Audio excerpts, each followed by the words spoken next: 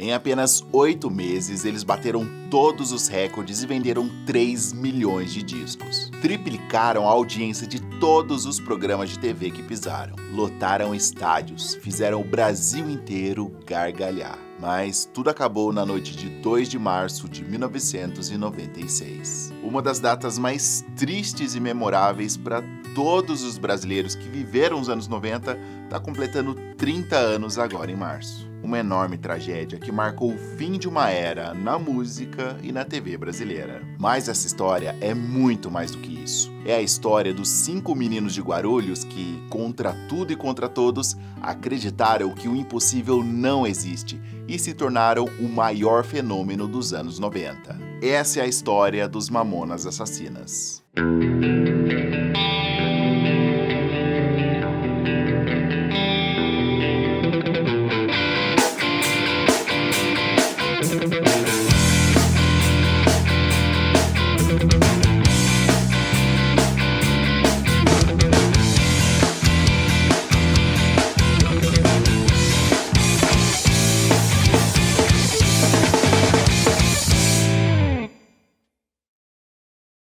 Nossa história começa em março de 1989, em Guarulhos. Samuel Reoli era office boy numa empresa da cidade. Seu irmão Sérgio trabalhava na Olivetti, clássica empresa de máquinas de escrever. Lá, ele conheceu Maurício, irmão do Bento Rinotto. Ao descobrir que o Sérgio tocava bateria, Maurício apresentou ele para o seu irmão, já que o Bento tocava guitarra, instrumento que foi presente da mãe quando ela voltou do Japão. Então eles tiveram a ideia de montar uma banda de rock, e com um baterista e um guitarrista, agora só faltava um baixista. E a solução estava dentro de casa. Samuel, irmão do Sérgio, até então não ligava para música, preferia desenhar aviões. Samuel, antes dele se interessar por música, ele gostava muito de desenhar, né?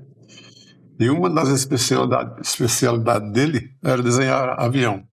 Uma perfeição, né, Celito? Muito bonito. Muito bem feito. Um dia, desenhando seus aviões na garagem, começou a prestar atenção, ouvir o som que os caras estavam ensaiando. E alguma coisa começou a mudar nele. Dias depois, pediu para aprender a tocar baixo. Ele curtiu. E assim, quase que por acidente, o trio estava formado. Essa primeira banda se chamava Ponte Aérea e tocava covers de rock nacional e internacional, tipo Legião, Titãs, Paralamas e Rush. Eram 3 moleques de Guarulhos com um sonho grande e um equipamento modesto, mas já tocavam com garra. O nome Ponte Aérea durou pouco, logo eles mudaram para Utopia e passaram a fazer pequenos shows, principalmente no Parque Secap, bairro que o Dinho também frequentava. Meses depois, agora em 1990, eles conseguiram a oportunidade de tocar numa quermesse nesse bairro.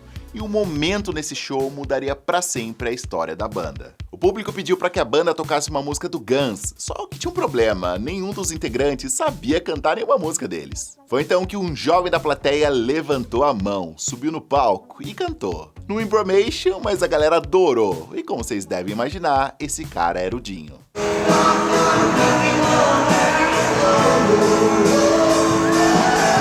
O Dinho mostrou um carisma e uma presença de palco que impressionou os 3 amigos que não tiveram dúvidas. A partir daquele dia, ele seria o vocalista do Utopia. Quando ele foi assistir um show do Utopia, que eles não tinham vocalista, chamaram ele para cantar, chamaram da plateia, ele foi, daí ele se tornou vocalista do Utopia. No mesmo ano, o Sérgio convidou o tecladista Márcio Cardoso para integrar o grupo. O Márcio aceitou, inclusive ele até aparece na capa do disco Utopia, mas não tocou em nenhuma das músicas do disco, saiu antes das gravações para se dedicar aos estudos. Em seu lugar ficou Júlio Hazek, que já era amigo dos caras e rondava a banda como hold e tocava percussão. A formação clássica do Utopia estava completa. Dinho nos vocais, Bento na guitarra, Samuel no baixo, Júlio nos teclados e Sérgio na batera.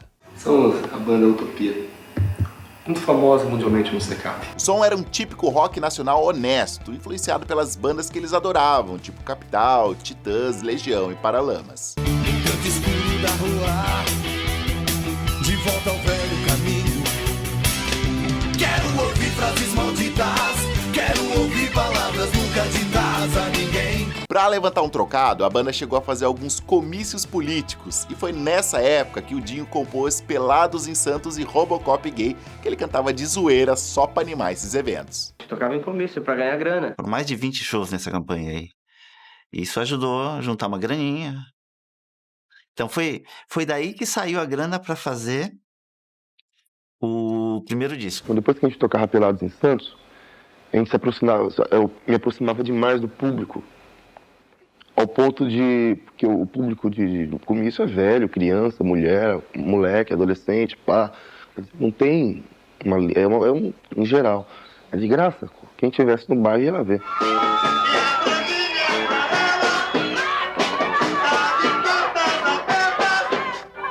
Eles tocavam bem, tinham energia, tinham vontade. O que faltava era uma ideia, algo diferente que pudesse mostrar o verdadeiro talento daqueles caras. E essa ideia veio da forma mais despretensiosa possível e mudou para sempre a história da música brasileira naquela década.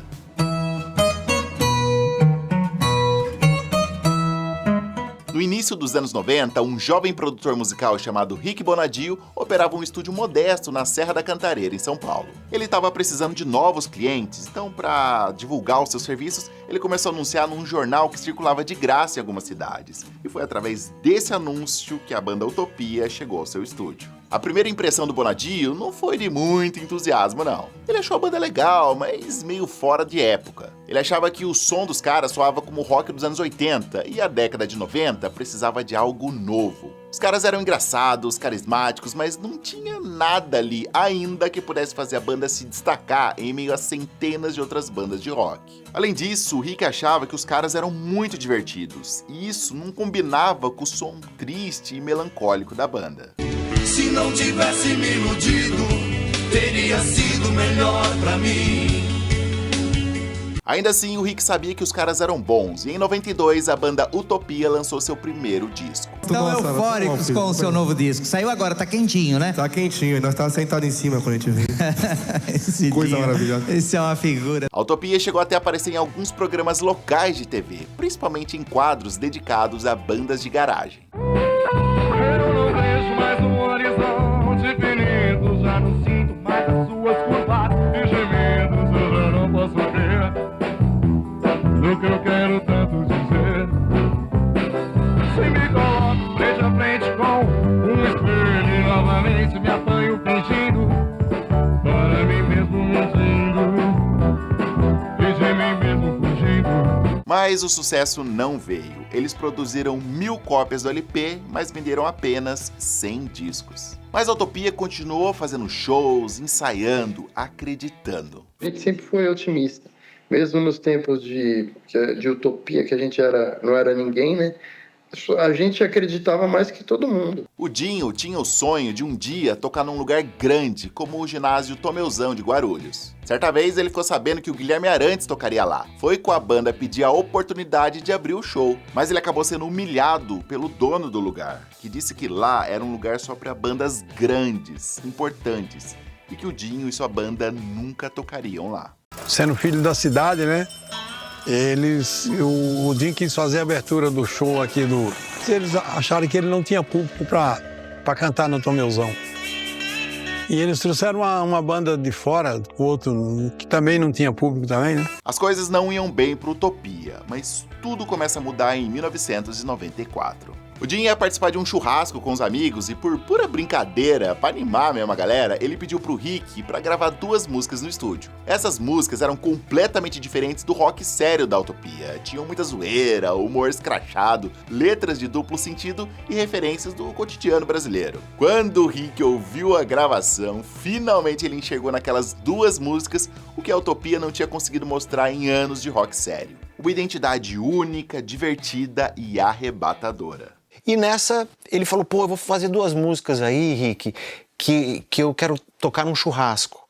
Eu falei, beleza, então fica aí e grava, né? E aí ele gravou durante a madrugada, e aí eu ouvi Robocop Gay e Pelados em Santos, mas principalmente o Pelados em Santos, com uma versão assim muito brega, tipo Reginaldo Rossi, assim, aquela coisa meio... Pra mim aquilo era a verdade do que eles eram, assim, o humor, as sacadas das letras e os punchlines, sabe, as letras, as frases, me deu um clique, assim, um clique que eu sempre digo, foi o clique da minha vida, né? Rick Bonadio propôs então uma mudança radical pros caras, abandonar de vez aquele estilo sério e ir pra um rock cômico. Além disso, misturar rock com sertanejo, pagode, heavy metal, forró, tudo temperado com letras que fariam o Brasil todo cascar o bico. Inicialmente, a banda resistiu, porque eles achavam que, para dar certo, o som tinha que soar como as bandas de sucesso da época. O que a gente pensava, a gente tinha uma mentalidade muito errada, né, do mercado. A gente ouvia Paralamas no rádio, Legião, Barão Vermelho, Titãs, bandas que a gente adora, só que a gente tentava fazer o som igual a eles, porque a gente pensava, a gente fala, se a gente quiser fazer sucesso, a gente tem que fazer igual a eles. A gente pensava errado, a gente não sabia que não era assim. Em outubro de 1994, numa madrugada no estúdio do Bonadio, na zona norte de São Paulo, a banda gravou uma fita demo com as novas músicas. A sessão foi marcada por muito improviso e bom humor. Enquanto Bento, Samuel e Sérgio gravavam as bases instrumentais ali, né? Dinho e Júlio Hazek faziam as letras na sala ao lado, cantando, encenando, inventando, sendo quem eles realmente eram.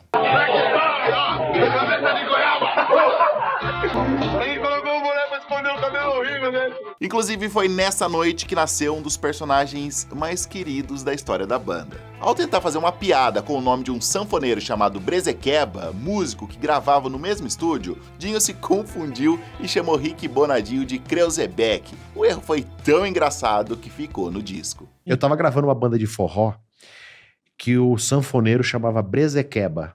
Quando a gente foi gravar Uma Linda Mulher, ele tá falando lá, e agora que a música, nesse momento que você tá ouvindo, a música vai estar baixinha, ele ia me chamar de Brezequeba, tá ali abaixando os volumes. Aí, em vez de falar Brezequeba, ele falou Kreuzebeck. Aí riu pra caramba, tá lá na gravação. A canção está acabando, o Kreuzebeck está baixando ali o volume. As gravações iam bem, mas Rick Bonadio sabia que agora eles precisavam de um novo nome, o que também inicialmente gerou resistência. Foi Samuel Reoli, o menino que adorava desenhar aviões, quem deu a ideia. Numa reunião ele sugeriu Mamonas Assassinas do Espaço. O grupo achou ótimo e o Dinho lembrou das guerras de mamona que fazia quando era criança em Irecê, cidade da Bahia onde nasceu. A frutinha da mamona, que serve para fazer óleo vegetal, vira uma arma na mão da garotada. Segundo os moradores de Irecê, a Guerra das Mamonas foi a inspiração para o nome do grupo. Depois eles tiraram esse do espaço, o nome foi reduzido e nascia oficialmente a banda Mamonas Assassinas. Agora eles tinham um nome, tinham as músicas, tinham um produtor. Faltava só convencer uma gravadora. E isso, como tudo na história dos Mamonas, aconteceu de um jeito que ninguém poderia imaginar. A fita demo com Pelados em Santos e Robocop Gay foi enviada para várias gravadoras. A Sony, Polygram e BMG recusaram. Mas na EMI, um detalhe fez a diferença. Rafael Ramos, filho adolescente do diretor artístico João Augusto Soares, ouviu a demo e ficou obcecado. Meu pai recebeu uma demo dos Mamonas um dia. E escutou 2 músicas, deixou no carro assim como se fosse ouvir de novo, não sei. O Rafael, que já era baterista da banda Baba Cósmica, adorou o que ouviu, levou pra escola e a fita fez tanto sucesso que acabou sendo copiada, quase pirateada entre a galera. Pegava o Walkman, botava lá e o nego botava, durante a aula mesmo, eu via, maneiro pra caramba. Ele e alguns amigos ficaram então dias tentando convencer o pai a contratar a banda, mas o João resistiu. Tio, você vai se ferrar novamente se não contratar essa banda. Pra convencer o executivo, Rick Bonadio organizou uma apresentação especial. Na noite do dia 7 de abril de 95, na boate Lua Nua, em Guarulhos, os Mamonas Assassinas subiram ao palco pra João Augusto Soares. A banda se apresentou só de cueca, com discos de vinil cobrindo as partes íntimas. A galera adorou o som e o João Augusto se convenceu na hora.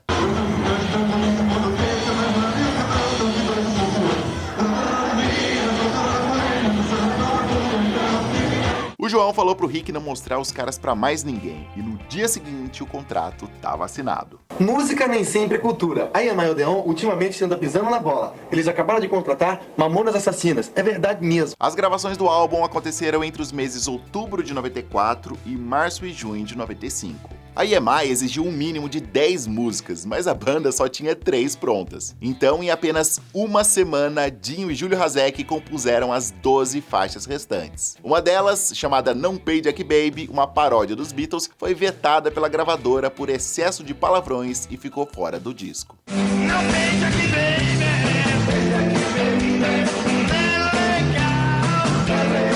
olha só o cheiro disso, mulher. A mixagem do álbum rolou no estúdio Enterprise, em Los Angeles, nos Estados Unidos. How are you? My name is Dinho. I am is very good. De repente, os 5 moleques de Guarulhos, que até o ano passado tocavam covers em bares e faziam um comício em troca de uns trocados, agora estavam finalizando um disco numa das cidades mais importantes do mundo da música.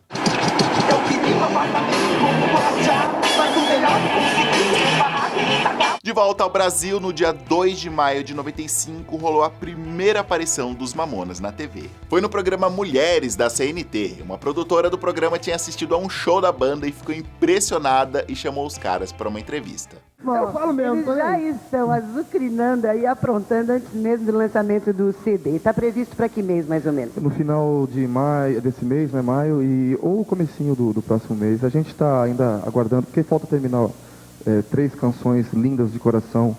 Românticas, né? É muito romântica, as coisas bonitas, né? Ainda em maio, um mês antes do lançamento do disco, os Mamonas fizeram sua aparição agora sim em rede nacional. E foi no Jô Soares, 11h30 no SBT. Eles fazem rock com muito humor. Eu vou chamar o conjunto Mamonas Assassinas.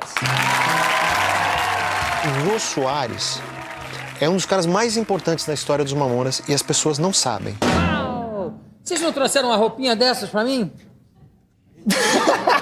Cara, todo mundo acha que os Mamonas foram no Jô Soares já pela gravadora. Cara, não foi, não tinha gravadora. O Jô Soares topou entrevistar os Mamonas sem... Ninguém conhecia os Mamonas. Essa música ela exige muito de mim, Jô. Ah, é? Então tá bom. Essa música foi inspirada no Capitão Gay. Foi inspirada no Capitão Gay. Caiu aqui o chifrinho. Pronto. E aquela entrevista gerou um monte de pedido de show, um monte de... E principalmente um incentivo pra gente. Porque a gente falou, cara, se o Jô Soares gostou, isso vai dar certo. O ser humano é fantástico, com poderes titânicos. Foi o moreno simpático, cadê ele? Por quem eu me apaixonei. E hoje estou tão com pedaços biônicos. Ontem eu era católico, aí hoje eu sou um gay.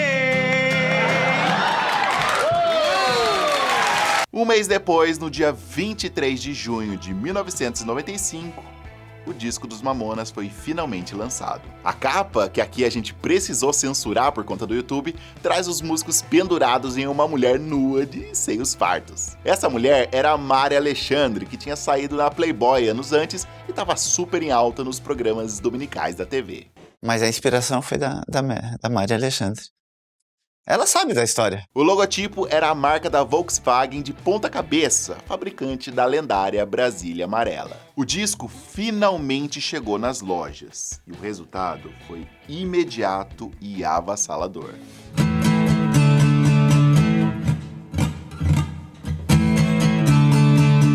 A explosão de vendas do primeiro e único disco dos Mamonas foi surpreendente e impressionou até os executivos mais experientes do mercado. Em apenas 12 horas, mais de 25 mil cópias foram vendidas. Em uma semana, 350 mil. Em menos de 10 dias, o disco ultrapassou 1 milhão de cópias. Até dezembro de 95, eram 2 milhões. No total, mais de 3 milhões de cópias vendidas no Brasil, se tornando o álbum de estreia mais vendido e o álbum vendido mais rapidamente na história do Brasil. Foi um recorde na história da indústria do disco no Brasil.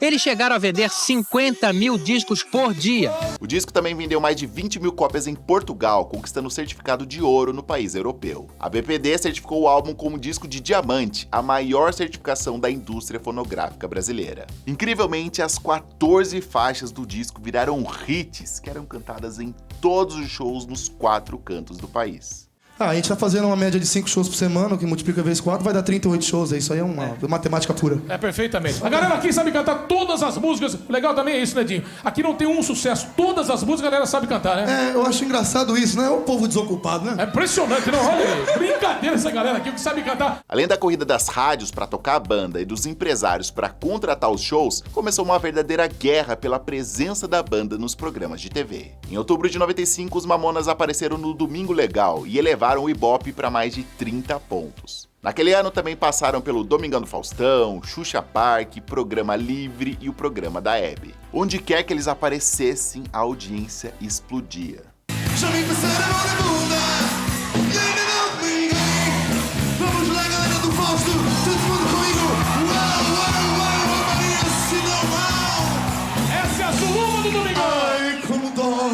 A Rede Globo chegou a tentar contratar os Mamonas por 3 anos de exclusividade. A gravadora EMI negou a proposta, com receio que essa exclusividade prejudicasse os outros negócios da banda. Não era apenas um sucesso, era um fenômeno sem precedentes na história da música e da TV brasileira. Eu quero ouvir você.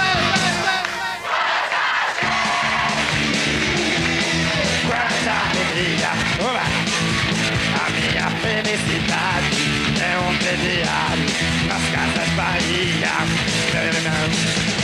Quanta rede, quanta alegria. Oba! Mas nem todo mundo estava assim tão feliz com o sucesso da banda. Em alguns círculos musicais e jornalísticos, os Mamonas eram vistos como apelativos demais. Como as letras tinham palavrões, o sucesso com as crianças também incomodou algumas pessoas. Fui convidado para uma tal de suruba. O que é isso? Ah, não sei. Eu sei que uma vez minha festa virou isso. Tanto que eu, mãe, que é isso? Aí meu pai, Thiago, aí você tá perguntando demais, vai procurar no dicionário. Fiquei mais alegre com as músicas dele. A MTV, que era a casa do rock, inicialmente ignorou completamente a banda e só reconheceu depois que o sucesso já era inevitável e os telespectadores pediam clipes e reportagens com a banda.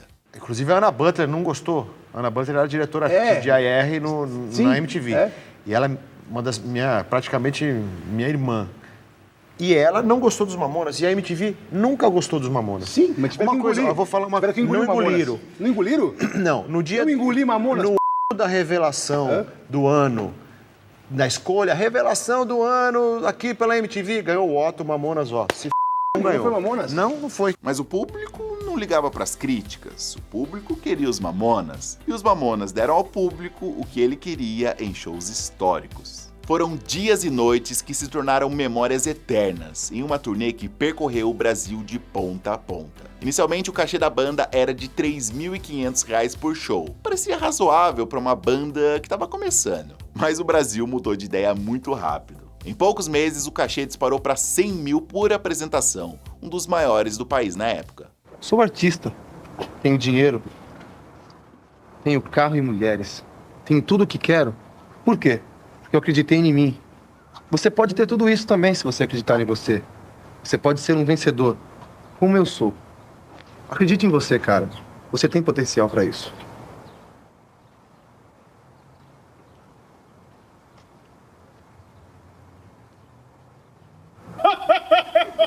A agenda era brutal. Eles chegaram a fazer 30 shows em um único mês. Chegaram também a fazer 3 shows num único dia. No total, fizeram cerca de 190 shows. Cidades de norte a sul do Brasil, de São Paulo a Blumenau, de Curitiba a Belo Horizonte, de Brasília ao Rio de Janeiro. O público revelava a intensidade daquela turnê. Só em um dos shows que rolou no Parque do Carmo, em São Paulo, o público era de mais de 100 mil pessoas. 100 mil pessoas num único show, para uma banda que tinha lançado seu primeiro disco 4 meses atrás. Apesar da chuva, mais de 100 mil pessoas compareceram ao show dos Mamonas Assassinas. Na frente do palco, ninguém se importa com a chuva e com o empurra-empurra da fila do gargarejo.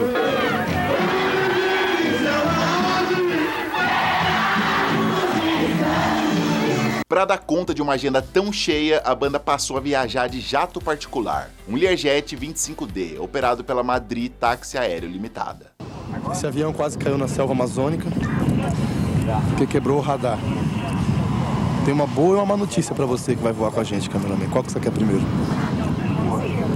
Você é o dinheiro dos Mamonas? Eu era. Oi? A boa é que eles consertaram o radar. Quebrou de novo. E o combustível não tá passando lá do reservatório para o tanque. Quebrou de novo? A vida tinha mudado completamente. E eles abraçavam cada momento com a mesma irreverência e intensidade que colocavam no palco.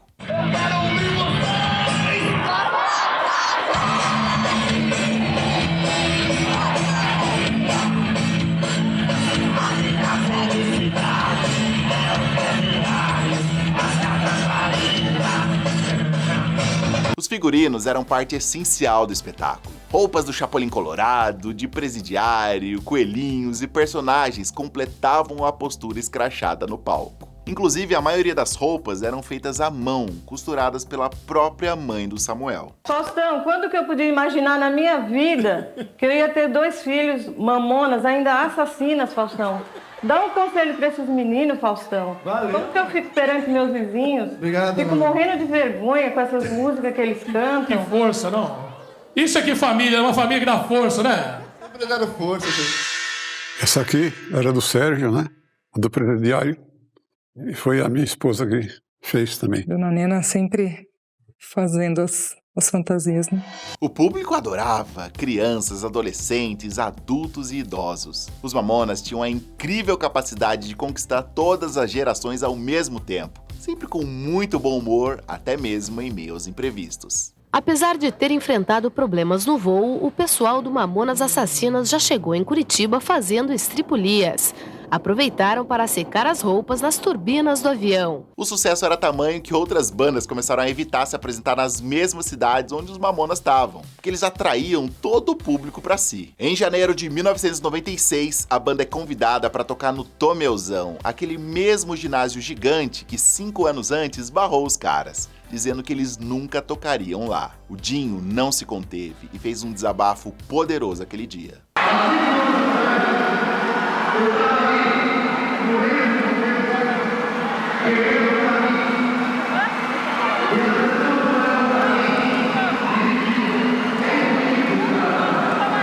É impossível você chegar até aqui. Manda eles pra p***. É possível sim. É possível vocês, cada um de vocês estão aqui hoje. É possível realizar o sonho de vocês sim. Vocês são capazes. Acreditem em você. Você pode, cara. Se você não acreditar em você, ninguém vai acreditar. Luta pelo seu sonho. Nesse ano, luta por você. E você vai chegar onde você quer. A gente hoje é os artistas número 1 do Brasil. É o que mais faz show. É o que mais faz show. É o que mais ganha dinheiro. É o que mais está na mídia. E nós continuamos em Guarulhos. Nós não somos de São Paulo. Nós não somos de nenhum lugar. Nós somos a banda Mamonas Assassinas de Guarulhos. O nome dessa cidade tem o Brasil fora. E nós vamos levar o nome dessa cidade pro exterior também. Ainda é daqui. O sucesso não sobe na cabeça das pessoas boas. Sobe no sucesso na cabeça das pessoas fracas. Nós não somos pessoas fracas, não. Se a gente fosse fraco, a gente tinha desistido há 5 anos atrás. Porque as pessoas diziam que a gente nunca ia chegar aqui. E nós estamos aqui, cara.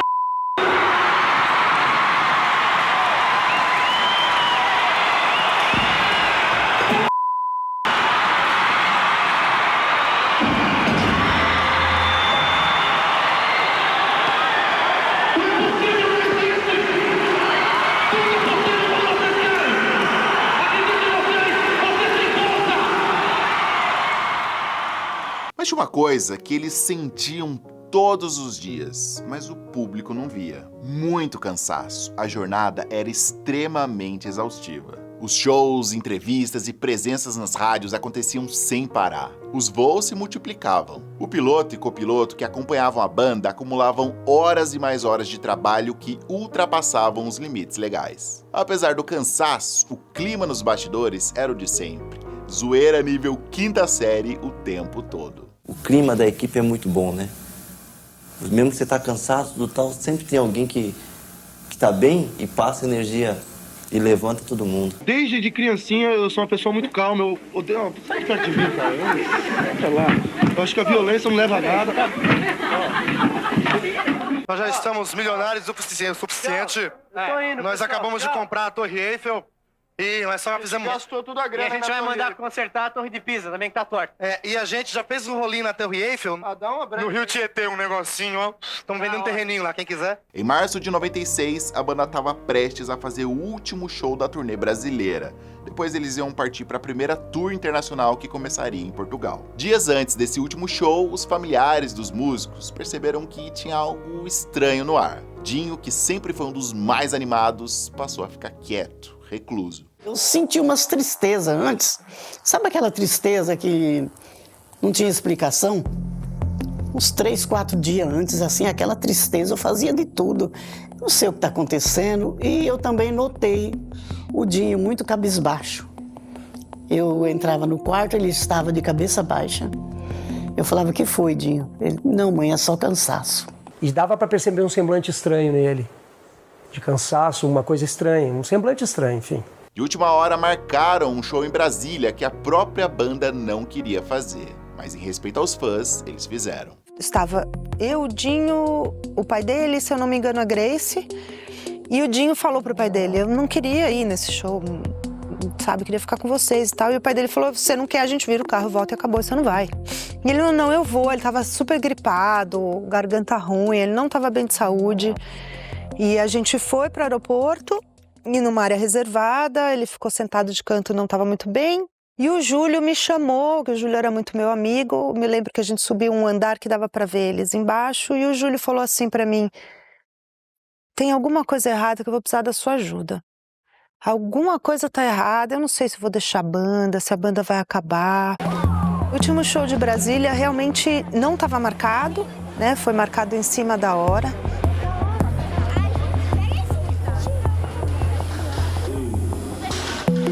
Provavelmente por conta de um cachê muito bom, porque no dia seguinte a gente já ia para Portugal e eles queriam descansar ao menos um dia com a família antes de ir para Portugal. Cansaço existia, não é inegável. Acho que tava todo mundo meio que no limite aí.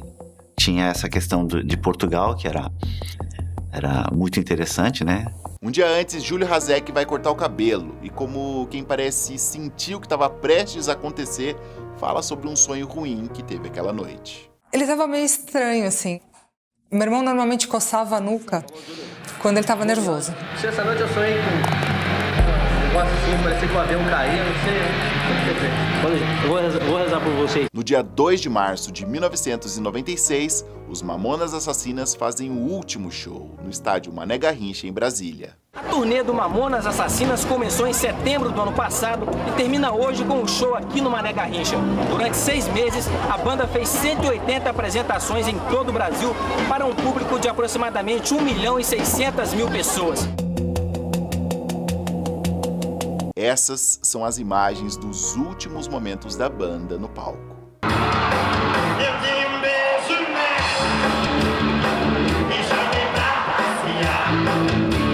Depois que o show acabou, a banda já teve que voltar para Guarulhos, porque no dia seguinte eles já iam viajar para Portugal. O avião decolou às 9h58 da noite. E infelizmente era o último voo dos Mamonas.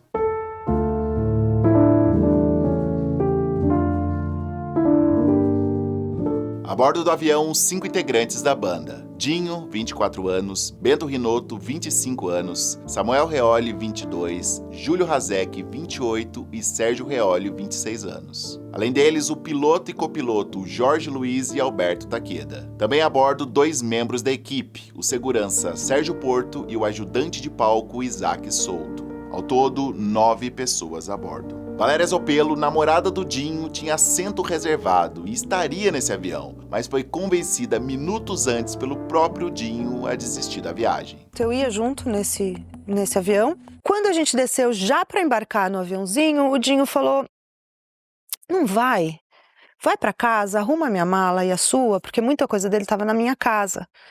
E aí, quando eu voltar, eu te ligo e você vem para casa já com as malas. Assim, a gente fica um pouquinho mais com os meus pais e amanhã a gente viaja.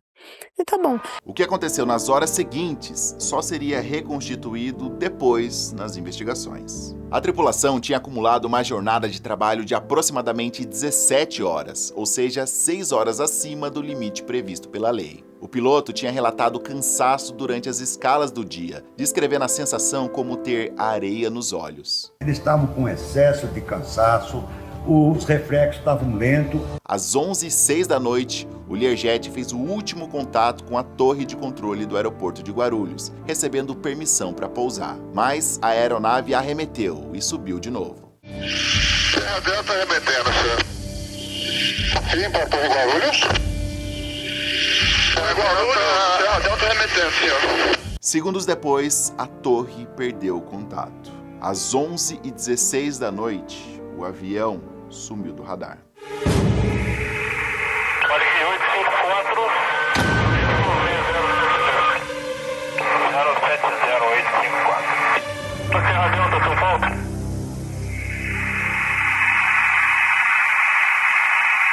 Terra Delta, São Paulo. O Learjet tinha acabado de colidir com a Serra da Cantareira.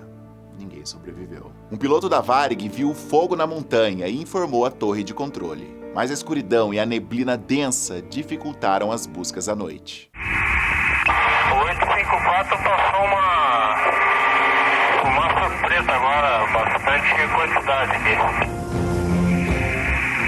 Você passou uma fumaça preta com você? Positivo. A notícia que o avião tinha desaparecido do radar chegou aos familiares e amigos, que até então ainda tinham esperanças. Eu cobri a política, então eu dei plantão, sábado o dia inteiro, voltei para casa, a chefia me chamou, já era mais de meia-noite, e disse, você tem que voltar. Volta correndo, que parece que o avião dos Mamonas sumiu.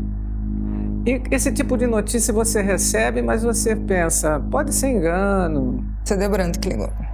E só falou que era para pedir pro meu pai ir pro aeroporto, que tinha acontecido alguma coisa com o avião. Na hora eu falei, tá. E continuei, tipo, não aconteceu nada. Estava programado para eu pegá-los no aeroporto, né? Na hora que eles chegassem, ia telefonar para mim e eu ia pegar. Aí começou a demorar muito, sabe? Aí eu liguei pro Ideurando, né? Aí eu falei, tá tudo bem? Aí ele, não tem nada bem, né? O avião desapareceu. Os destroços só foram localizados às 5 da manhã de domingo, 3 de março de 96. Foi quando a imprensa começou a divulgar a tragédia. A notícia foi chocante e parou o Brasil.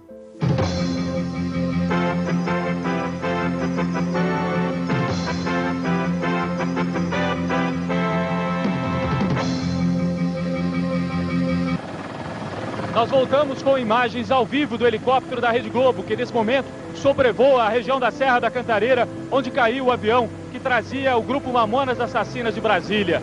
Esse local foi exatamente onde caiu o avião, abrindo uma clareira na mata. A gente observa ali embaixo alguns bombeiros e sobre as árvores, destroços do avião.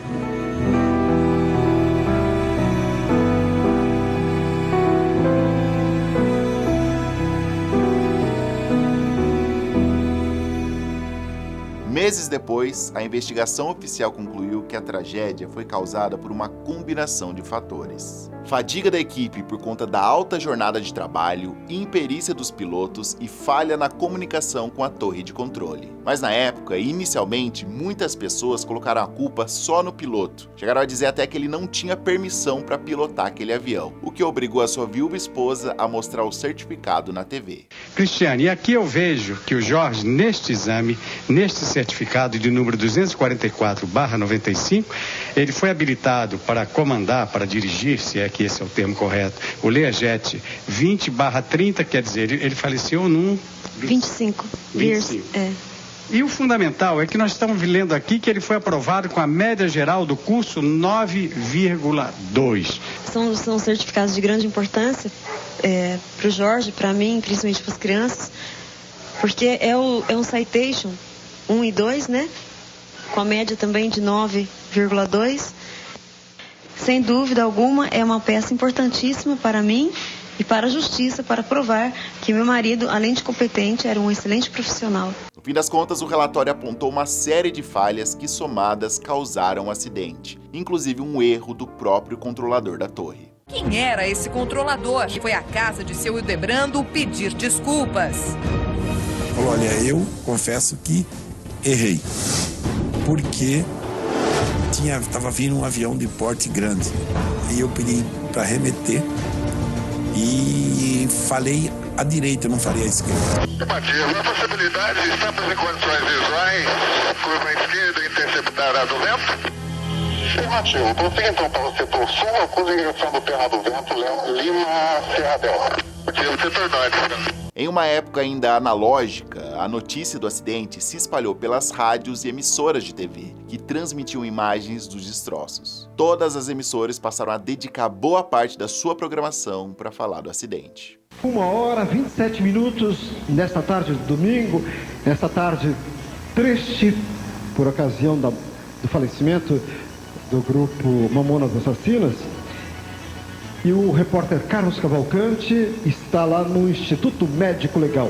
Alô, Carlos Cavalcante, é você agora. Naquele domingo, o Brasil acordou sem os Mamonas Assassinas. E parece que ninguém sabia lidar com isso. Os corpos chegaram ao ginásio Tomeuzão, aquele onde Dinho desabafou 2 meses antes, à 00h15 da madrugada de segunda-feira, 4 de março. O ginásio ficou lotado com cerca de 30 mil pessoas querendo dar o último adeus aos músicos. Fãs de todas as idades compareceram.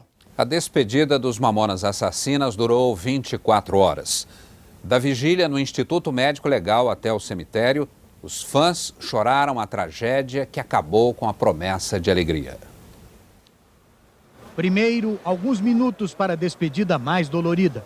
O adeus das famílias. Eu, em Dracena, avisei para ele, Jim, esse avião não presta, esse avião está emendado de Durapox. Uma vida vale muito mais do que um sucesso, do que o mundo todo, porque enquanto você estiver aqui, eu posso te abraçar, te beijar. Eu não tenho interesse em fortuna, não tenho interesse em nada, eu quero você. O empresário cuida de você como um artista, e eu não tenho artista, eu tenho um filho. Depois, a despedida é toda dos fãs. Mais de 60 mil pessoas desfilam sua tristeza ao longo da madrugada e da manhã, diante dos caixões enfileirados no ginásio, que já recebeu os Mamonas em tempos de alegria. Aqui mesmo, 2 meses atrás, os rapazes de Guarulhos faziam um show de agradecimento à cidade onde começaram carreira. Crianças, adolescentes, adultos, idosos. Pessoas que talvez nunca tivessem se encontrado em outras circunstâncias, agora unidas pela dor. O enterro aconteceu no mesmo dia, 4 de março, no cemitério Parque das Primaveras, em Guarulhos. Mais de 100 mil pessoas acompanharam o cortejo pelas ruas da cidade. Milhares de fãs tomam as ruas de Guarulhos para se despedir dos Mamonas Assassinas.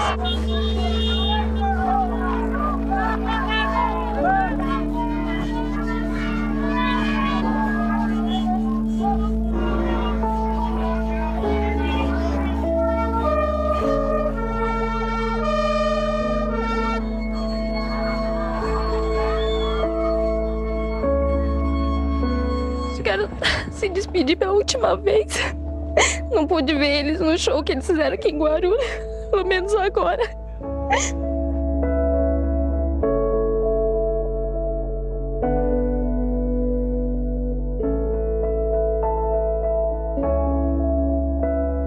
No cemitério, cerca de 500 pessoas acompanharam o sepultamento, que durou pouco mais de 40 minutos. O país inteiro chorou.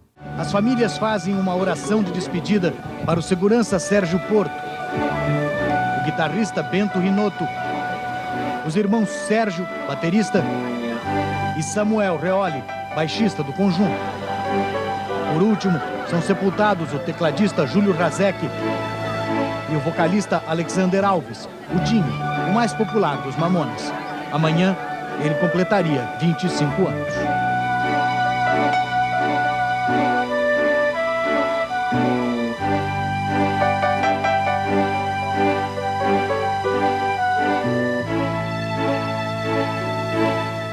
Os Mamonas foram embora cedo demais, mas deixaram coisas que tragédia nenhuma pode destruir. Músicas, memórias e um legado que mesmo 30 anos depois ainda pulsa no peito de cada brasileiro.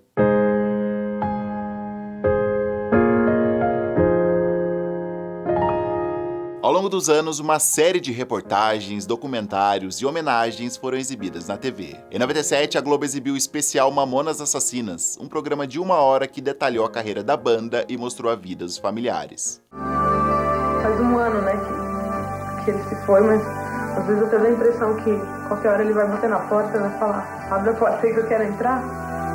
E vai chegar e não abre.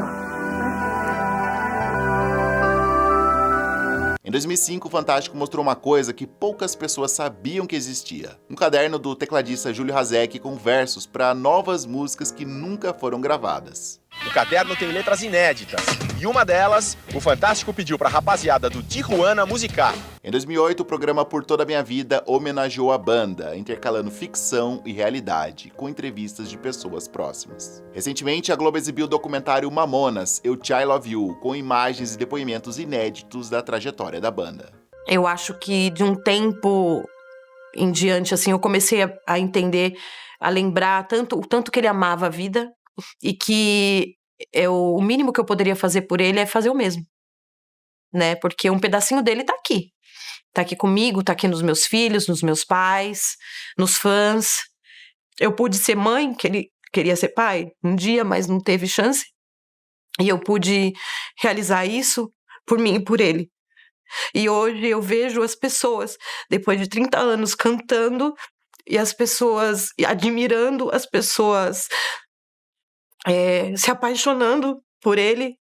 Ele não pode ver isso aqui, mas eu posso ver por mim e por ele. Também, há pouco tempo, as famílias dos integrantes anunciaram a criação de um memorial ecológico no cemitério Primaveras, em Guarulhos. Os corpos dos músicos foram exumados em 23 de fevereiro desse ano, e parte das suas cinzas foi usada para o plantio de 5 jacarandás no Jardim Bioparque Memorial Mamonas. Uma coisa que impressionou foi que objetos encontrados nos caixões, como essa jaqueta de nylon que estava sobre o caixão do Dinho, estava intacta, mesmo 30 anos depois. E quando eles fizeram todo esse processo, eles abriram ali os caixões, eles encontraram essa jaqueta exatamente na posição onde estava no caixão do Dinho. E a forma com que ela estava, intacta do jeito, até mesmo a cor, teve alguma coloração diferente ali, mas ela estava visivelmente ainda utilizável. Ou seja, isso chamou muita atenção. Os Mamonas se foram, mas deixaram aqui as suas músicas, que continuam sendo ouvidas por nós, fãs daquela época, e sendo redescobertas pelas novas gerações. Essas músicas ainda são tocadas nas rádios, na TV, em festas, aniversários e confraternizações em família. Ouvir Mamonas Assassinas mesmo depois de tantos anos é como sentir de novo a energia daquela década que foi a essência da banda. 5 meninos humildes de Guarulhos, 5 histórias diferentes que a vida decidiu cruzar. 5 rapazes que pegaram o Brasil pela mão e disseram: vem com a gente vai rir junto. E o Brasil foi com eles, viajou junto. E essa viagem foi tão intensa que o Brasil nunca mais foi o mesmo depois que eles se foram. 30 anos de uma banda que mostrou para cada um dos brasileiros que o impossível não existe. Teve um dia que um dos meus irmãos meio que questionou o Bento com relação à guitarra. Primeira coisa que ele costumava fazer ao acordar era pegar a guitarra ou o violão e ficar tocando. A última coisa que ele fazia antes de dormir era tocar. E ele estava com a guitarra na mão e esse meu irmão perguntou: poxa, isso aí leva a algum lugar? Ele empunhou a guitarra e falou: eu vou comprar uma casa para minha mãe com essa guitarra. Graças a Deus, isso se concretizou. Você não sabe se está a 300 mil quilômetros daqui ou se está a 10 centímetros de você. Então, o que eu sinto é o mesmo amor de sempre.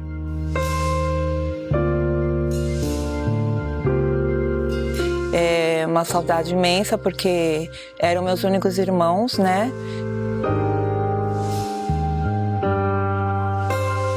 Sempre, né, vai sentir aquela falta e imaginar como que eles estariam agora, como que a gente ia interagir.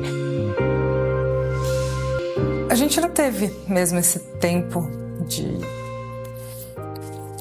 programar muita coisa, sabe? O que a gente vai fazer daqui a alguns anos. Não deu.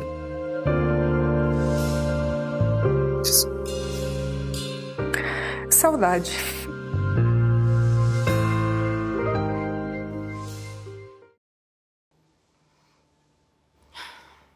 O impossível não existe. Porque são 30 anos. É um álbum só. Como vai ser sucesso por 30 anos? É impossível. Não é. Não existe o impossível. A única coisa impossível é esquecer eles. Isso é impossível.